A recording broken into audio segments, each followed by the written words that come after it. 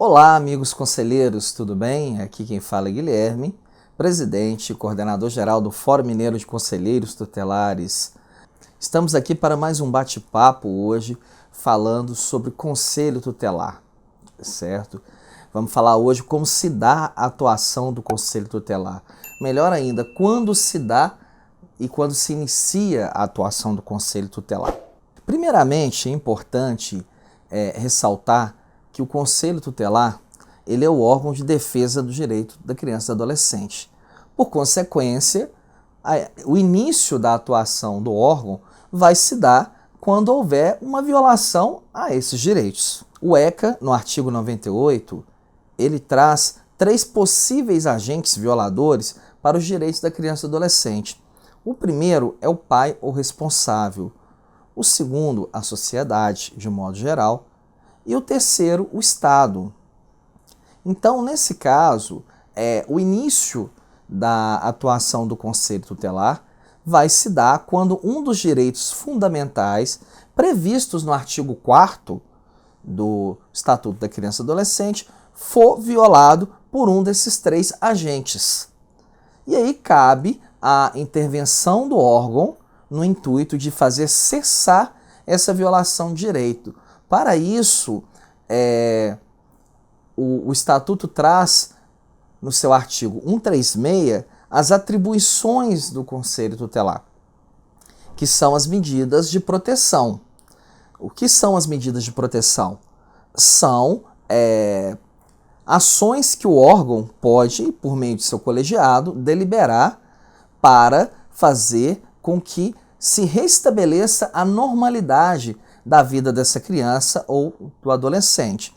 Um exemplo dessas medidas seria uma requisição para acesso à educação. A gente teria uma criança ou um adolescente sem vaga escolar, o conselho tutelar vai deliberar pela requisição de serviço público / acesso à educação. Um outro exemplo disso é uma criança ou adolescente não está tendo acesso a um exame médico ou a uma medicação. O Conselho Tutelar vai deliberar requisição de serviço público, aplicação de medidas de proteção, que o poder público forneça o medicamento ou forneça o acesso ao exame, que é assim assegurando o acesso à saúde, que também é direito fundamental. Então, é importante dizer que o Conselho Tutelar sempre vai atuar diante de uma violação de direito. Tem que haver necessariamente uma violação de direito, um agente violador caracterizado para que se aplique a medida de proteção para cessar essa violação de direito. Esse é o fundamento principal para se dar início à atuação do Conselho Tutelar. Ok? Espero ter podido ajudar com mais essa explicação. Vamos agora à pergunta do dia. Guilherme, como proceder num caso de abuso, onde o suspeito é um adolescente, tanto ele quanto a vítima não são da mesma comarca? Então, colega conselheira, o caso que você traz para a gente é bem emblemático, né?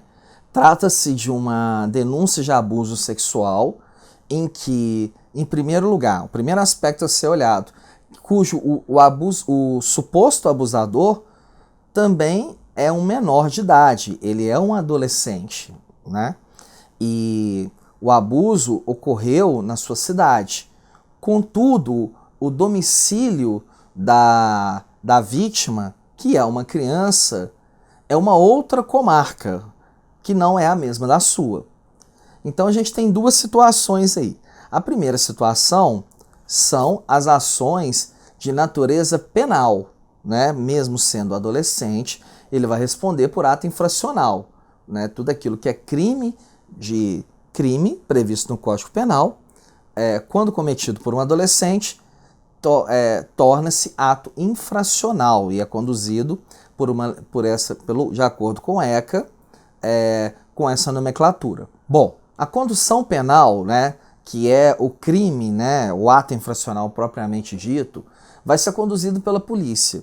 E aí tem uma característica diferente da condução da medida de proteção que vai ser executada pelo Conselho Tutelar.